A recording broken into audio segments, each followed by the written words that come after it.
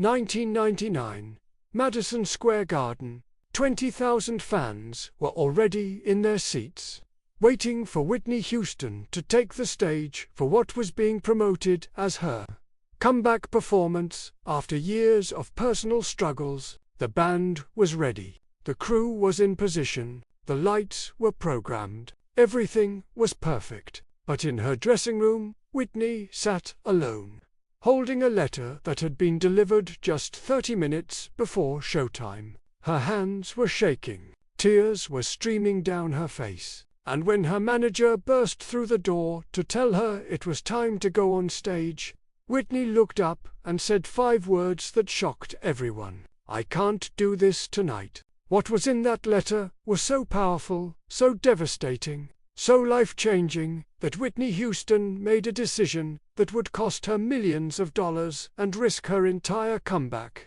She cancelled the show, not because of illness, not because of technical problems, but because of words written 20 years earlier by a woman who had seen something in young Whitney that nobody else had seen. A woman who had died never knowing if her words had made any difference. If you want to discover the hidden moments that shaped Whitney Houston's life and the letter that changed everything, hit that subscribe button and ring the bell. Because this story will show you that sometimes the most important messages take decades to arrive. Let's dive into the night Whitney chose healing over fame. Her name was Dorothy Parker, and she was not related to the famous writer. She was a music teacher at Franklin Elementary School in East Orange, New Jersey, where a young Sissy Houston had enrolled her daughter, Whitney, in 1975. Dorothy Parker was 52 years old, had been teaching for 30 years, and had developed an almost supernatural ability to recognize potential in children that others overlooked. She saw it in their posture, in the way they held themselves when they thought nobody was watching, in the questions they asked when they felt safe enough to be curious, and the moment 8-year-old Whitney Houston walked into her classroom that September morning, Dorothy Parker saw something that took her breath away. It wasn't just talent, though even at 8, Whitney's voice was extraordinary. It was something deeper, a light inside this child that was so bright it was almost blinding. But Dorothy also saw something else, something that worried her deeply. She saw the weight of expectation already pressing down on those small shoulders. She saw a child who was learning to perform rather than to be. She saw the beginning of a life lived for others rather than for herself. Dorothy taught general music, not private vocal training, so she didn't work with Whitney, but she watched her carefully over the 2 years Whitney attended Franklin Elementary. She watched how Whitney would light up when singing in class, then immediately dim when the song ended, as if she was only allowed to fully exist while performing. She watched how Whitney never caused trouble, never complained, never asked for special treatment. Even though everyone knew her mother was the famous Sissy Houston, she watched a child learning to be perfect instead of learning to be whole. In 1977, Whitney's family moved to a different district, and she transferred to another school. Dorothy Parker never taught her again, but she never forgot her. Over the years, Dorothy followed Whitney's career with the pride of a teacher watching a former student succeed, but also with growing concern. As Whitney became more famous, more successful, more beloved by millions, Dorothy couldn't shake the feeling that the light she had seen in that 8-year-old girl was being slowly consumed by the expectations of the world.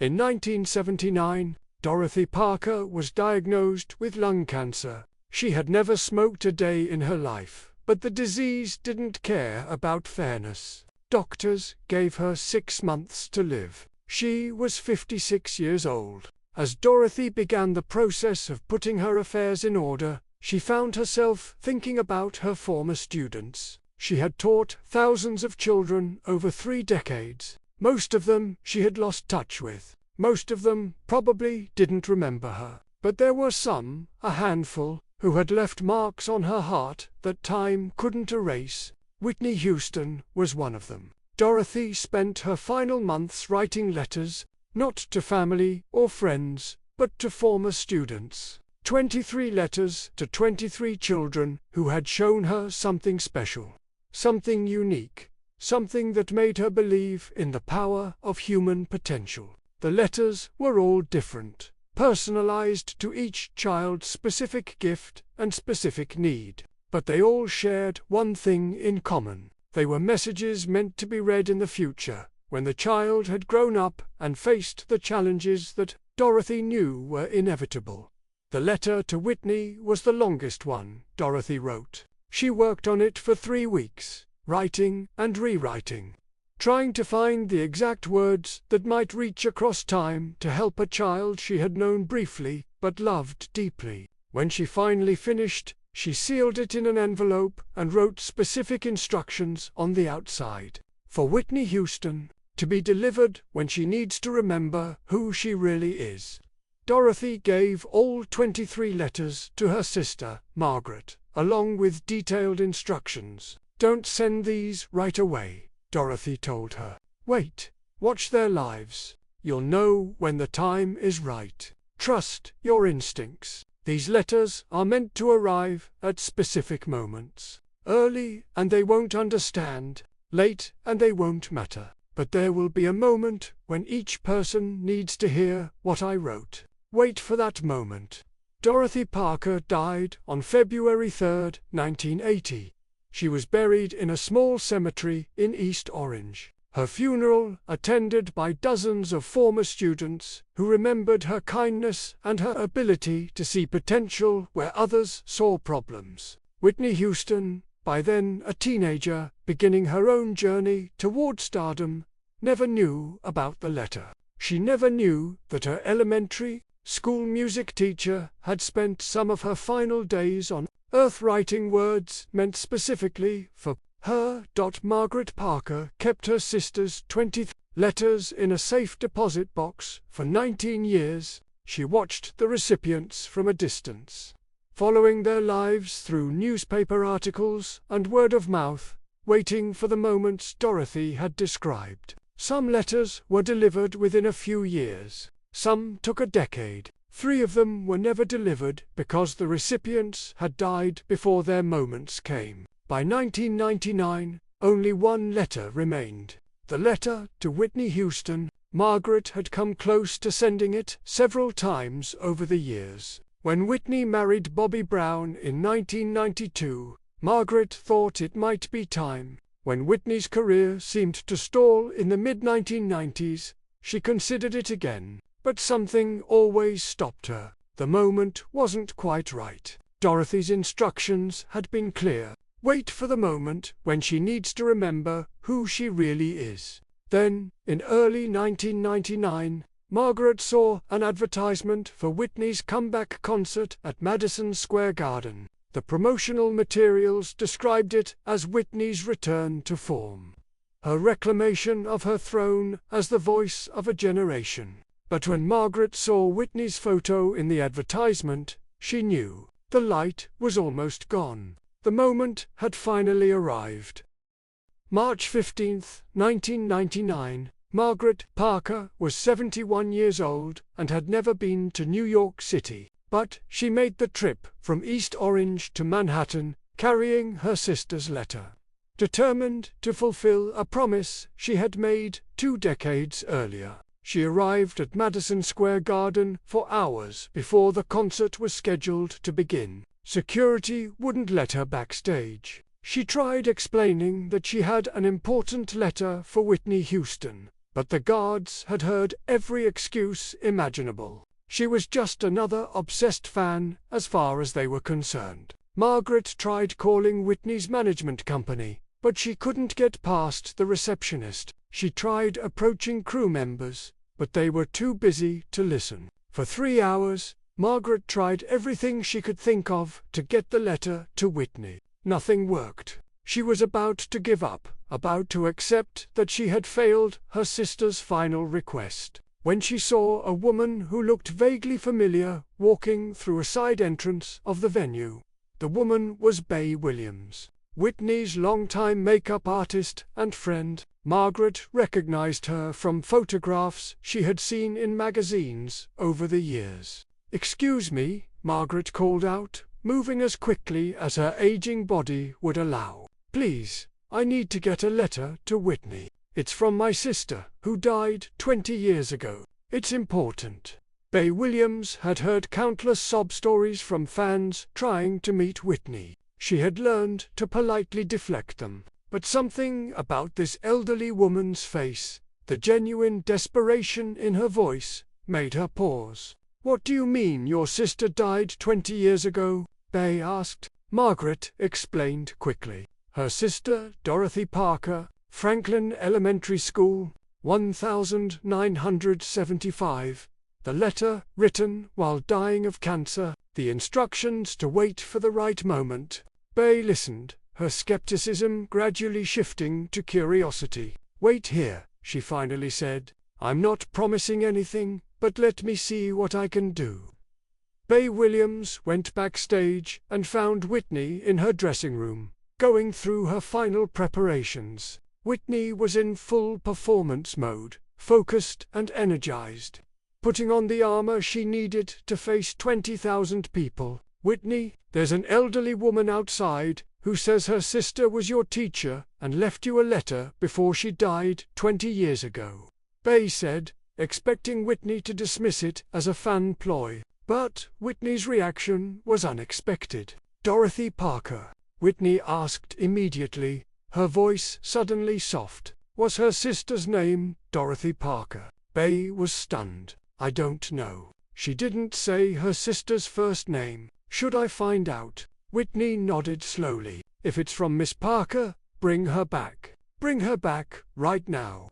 5 minutes later, Margaret Parker was being escorted through the maze of backstage corridors at Madison Square Garden, still clutching the envelope that had waited 19 years for this moment. When she entered Whitney's dressing room, Whitney stood up immediately. "You're Miss Parker's sister?" Whitney asked. "She was my teacher when I was 8 years old. I only had her for 2 years, but I never forgot her." Margaret felt tears welling up. "She never forgot you, either. Before she died, she wrote you this letter. She made me promise to deliver it when you needed to remember who you really are. I think that time is now."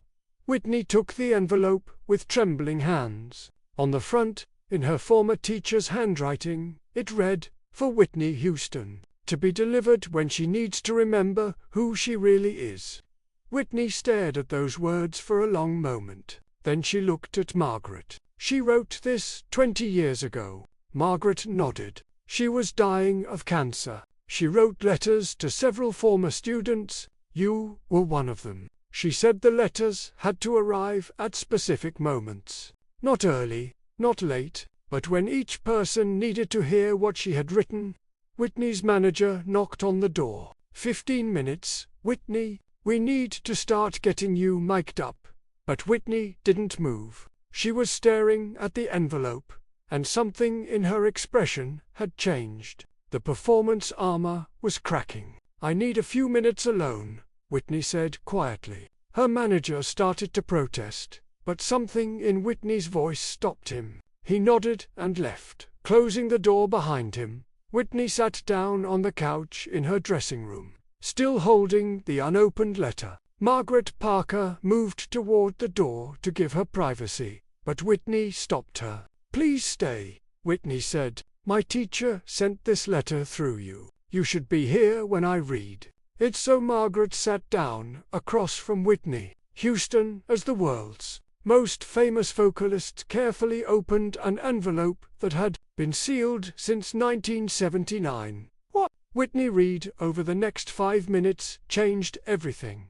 Asterisk. The letter was written on simple lined notebook paper in the careful handwriting of an elementary school teacher who had spent 30 years writing notes to children and parents. It was 4 pages long. Whitney read it slowly, and Margaret watched as Whitney's face went through a series of transformations. Confusion at first, then recognition, then pain, then something that looked like relief mixed with grief. When Whitney finished reading, she sat in silence for a full minute, just staring at the pages in her hands. Then she looked up at Margaret with tears streaming down her face. "She saw me," Whitney whispered. "She really saw me. Not what I could do, not my voice, not my potential. She saw me, the real me, the 8-year-old girl who was already learning to disappear behind her gift." Margaret nodded, crying herself now. "My sister had that ability. She could see children, really see them, in ways that others couldn't. She saw something in you that worried her. That's why she wrote the letter." Whitney stood up and walked to the mirror where her makeup artist had been preparing her for the show. She looked at her reflection, then looked down at the letter again. "Miss Parker wrote that she was worried I was learning to be perfect instead of learning to be whole," Whitney said, her voice breaking. "She wrote that she could see me even at 8 years old, already trying to be what everyone else needed me to be. Already performing my life instead of living it." Whitney turned to face Margaret. "She wrote that she hoped I would find a way to remember that my worth wasn't in what I could do for others, but in who I was when nobody was watching. She hoped I would learn to protect the light she saw in me instead of letting it be consumed by the world's expectations." Margaret watched as Whitney held the letter against her chest, her whole body shaking with sobs. This wasn't the poised superstar who was supposed to take the stage in 10 minutes. This was a woman who had been cracked open by words written 20 years ago by a teacher who had seen her true self and had loved her for it. "There's more," Whitney said, looking at the letter again. "She wrote that she knew I would face impossible pressure. She knew people would want to own me, control me, shape me into what they needed me to be. She knew I would face criticism and judgment and expectations that would try to crush me. And she wrote that when that happened, when I felt like I was losing myself, I should remember the 8-year-old girl in her classroom. The girl who loved to sing because it made her feel free, not because it made anyone else happy." Whitney's manager knocked on the door again. "5 minutes, Whitney. The crowd is getting restless. We need to start the show."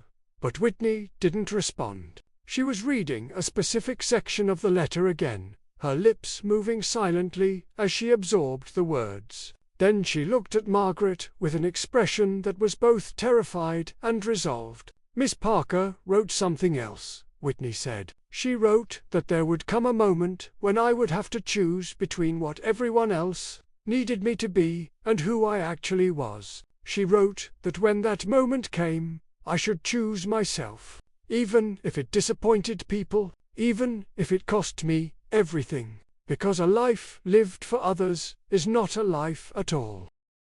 Whitney walked to the door and opened it. Her manager, her musical director, her assistant, and several crew members were waiting anxiously in the hallway. "I need to cancel the show," Whitney said quietly. The hallway erupted in chaos. Her manager immediately began protesting. "Whitney, you can't. There are 20,000 people in their seats. This is your comeback. You've been planning this for months. What are you talking about?" Whitney held up the letter. "I just received something that I've needed my whole life. Words from someone who saw me, the real me, and told me that I'm worth protecting, that I'm allowed to choose myself, that it's okay to disappoint people if it means staying whole." Her manager looked desperate. "Whitney, I don't understand. You seemed fine an hour ago. What happened?" Whitney looked at Margaret Parker, who was standing in the doorway of the dressing room. 20 years ago, my elementary school teacher wrote me a letter before she died of cancer. She told her sister to wait and deliver it when I needed to remember who I really am. That moment is now, and what I realize right now is that I've spent my entire adult life performing, not just on stage, but in my life, in my marriage, in my relationships, in everything. I've been trying so hard to be what everyone else needs me to be, that I've lost track of who I actually am."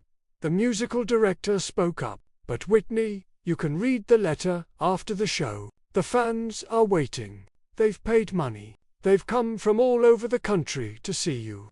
Whitney shook her head. "I'm going to tell you something that Miss Parker wrote in this letter. She wrote that she hoped I would learn the difference between giving from fullness and giving from emptiness. She said that true generosity comes from a full cup, not a depleted one. And right now, my cup is empty. I have nothing real to give those people out there. I would just be performing emptiness. And that's not fair to them or to me."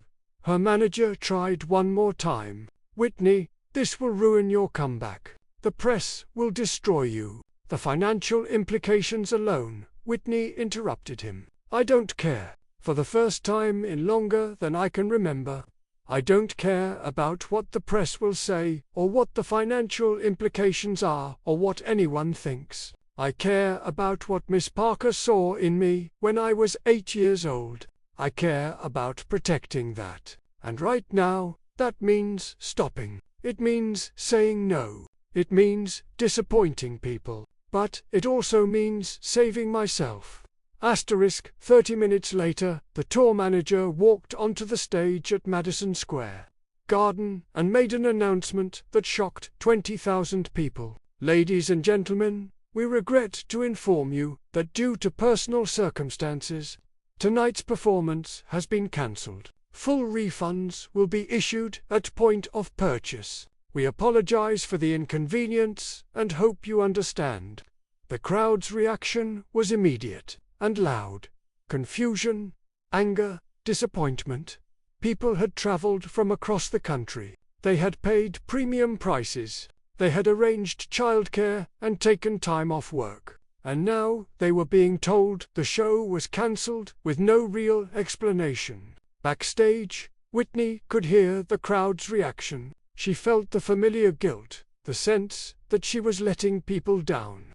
The impulse to go out there and just do the show anyway because that's what everyone expected. But then she looked at Miss Parker's letter again. She read the words that had been written specifically for this kind of moment. "Your first responsibility is not to the world's expectations. It's to the truth of who you are. Protect that truth at all costs. It's the most valuable thing you have."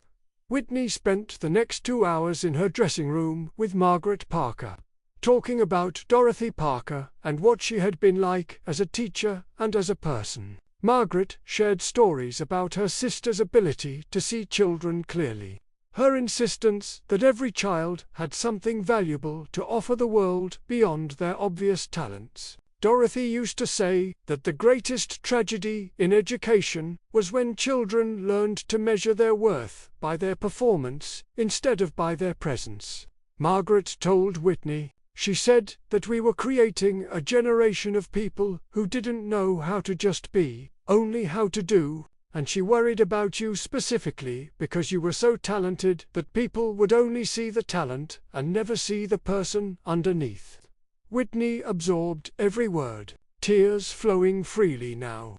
Mourning not just Miss Parker but also mourning for the 8-year-old version of herself, who had been slowly buried under decades of expectations and performances. "Can I keep this letter?" Whitney asked. Margaret smiled. "It's yours. It was always meant for you. My sister's only instruction was to deliver it at the right moment. I think tonight was that moment." Whitney carefully folded the letter and put it in her purse. Then she hugged Margaret Parker tightly. "Thank you for waiting," Whitney whispered. "Thank you for keeping your promise to your sister. This letter saved my life tonight." The media reaction to the cancelled concert was brutal, exactly as Whitney's manager had predicted. Headlines screamed about her unreliability. Tabloids speculated about drug use and mental breakdowns. Critics called her unprofessional. Fans expressed their anger online and in letters. The financial losses were significant, not just from the cancelled show, but from the sponsors who pulled out and the future booking agents who became hesitant. But Whitney stood firm. She didn't try to explain herself to the press. She didn't apologize or make excuses. She simply released a brief statement through her publicist. "I received some important personal news that required me to cancel last night's performance. I understand people's disappointment, and I take full responsibility for that disappointment. Sometimes life requires us to make difficult choices that others may not understand. This was one of those times." The statement satisfied no one, but Whitney didn't care. She had made a choice to honor the truth that Miss Parker had seen in her all those years ago, and that mattered more than public approval. In the weeks following the cancelled concert, Whitney made several significant changes in her life. She fired her manager, who had pushed her to ignore her instincts. She scaled back her touring schedule dramatically. She began therapy to explore the patterns that Miss Parker's letter had illuminated. Most significantly, she started the process of rebuilding her relationship with herself. The self that had been buried under decades of performance. "Miss Parker's letter gave me permission to stop," Whitney later told a close friend. "I didn't even realize how desperately I needed permission until I got it. Her words released me from something I had been carrying since childhood, the belief that my worth was conditional on what I could give others." Whitney kept Miss Parker's letter with her for the rest of her life. She read it regularly, especially during difficult times when the old patterns threatened to reassert themselves. The letter became a touchstone, a reminder of who she really was, beneath all the fame and expectation and pressure. Margaret Parker maintained contact with Whitney after that night at Madison Square Garden. They spoke on the phone occasionally, and Whitney would often ask Margaret to share more stories about her sister and her teaching philosophy. Dorothy believed that every child deserved to be seen for who they truly were, not just for what they could produce. Margaret told Whitney during one of their conversations. "She used to say that we were all born as complete human beings. But society tried to convince us we were only valuable if we achieved certain things or met certain standards." She wanted her students to resist that lie. These conversations became increasingly important to Whitney as she continued her own journey of self-discovery and healing. She began to see her life not as a series of achievements and failures, but as a human experience that had value simply because she was living it. The cancelled concert at Madison Square Garden became a turning point in Whitney's relationship with her career and her public image. She became more selective about projects, more protective of her time, more willing to say no when something didn't align with her values or her energy. She also became more vocal about the pressures that performers face and the toll that constant public scrutiny takes on mental health. In interviews in the early 2000s, she spoke openly about the night she cancelled Madison Square Garden and why it had been necessary. "I got a letter from a teacher I had when I was 8 years old," Whitney explained in one interview. She had died 20 years earlier. "But she wrote me a letter before she died and had it delivered at exactly the moment I needed to hear what she had written. And what she wrote was that I was allowed to choose myself, that I was allowed to be human instead of perfect, that my worth wasn't conditional on my performance." And reading those words, I realized I had been performing my entire life, not just on stage, but in everything, and I was exhausted. So I made a choice that seemed crazy to everyone around me. I cancelled the show. I chose to honor what that letter was telling me, and it saved my life.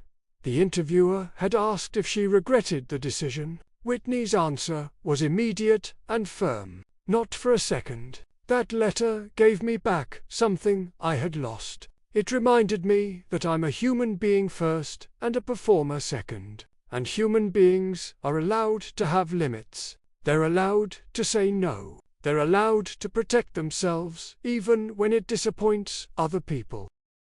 Whitney's openness about her experience inspired other performers to speak about their own struggles with the pressure to be constantly available, constantly perfect, constantly performing. Artists began talking more openly about mental health, about burnout, about the importance of boundaries. Miss Parker's letter, delivered 20 years after her death, created ripples that extended far beyond just Whitney Houston. The cancelled Madison Square Garden concert also became a teaching moment in the music industry about artist well-being.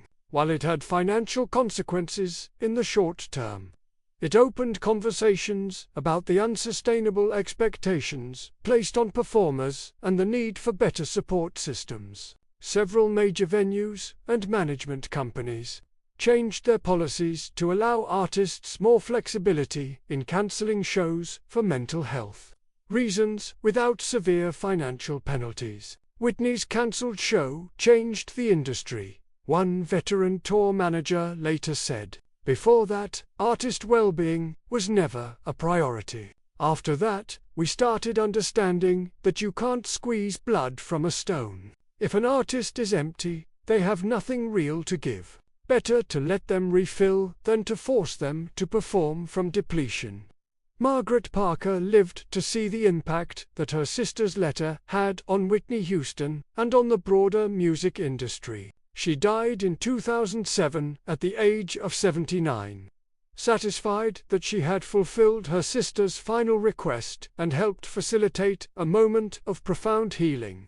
Before she died, Margaret was interviewed by a journalist writing a piece about the power of teachers to shape lives long after their students leave the classroom. In that interview, Margaret shared her sister's philosophy. Dorothy used to say that teaching wasn't about filling vessels with knowledge. It was about seeing the light in each child and protecting that light from all the forces that would try to dim it. She said the most important thing a teacher could do was give a child permission to be themselves fully, without apology or qualification. That's what she tried to do in that letter to Whitney. She gave her permission to be human, and Whitney finally took that permission.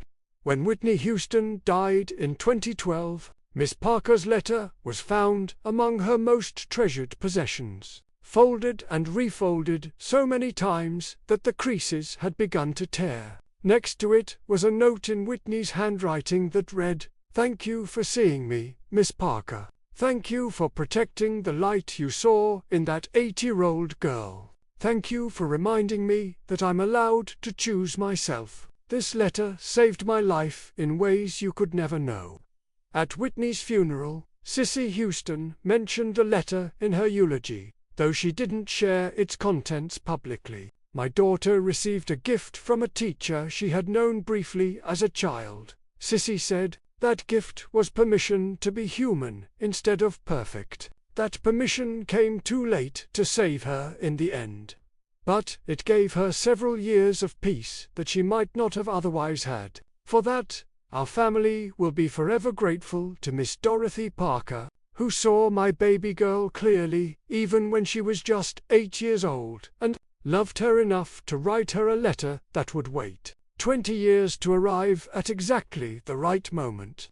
The story of Whitney Houston and Miss Parker's letter became one of the most powerful examples of the long reach of a teacher's influence and the importance of seeing children as whole human beings rather than just as collections of talents and potential. Dorothy Parker, who died in 1980 never knowing if her letter would make any difference, changed the trajectory of one of music's greatest voices by simply giving her permission to be human. Today, Miss Parker's letter is cited in education programs around the world as an example of the kind of impact teachers can have when they truly see their students and speak to their essential humanity rather than just their abilities. The cancelled Madison Square Garden concert which seemed like a career-ending disaster at the time, is now understood as a moment of profound courage. Whitney Houston chose herself over the world's expectations,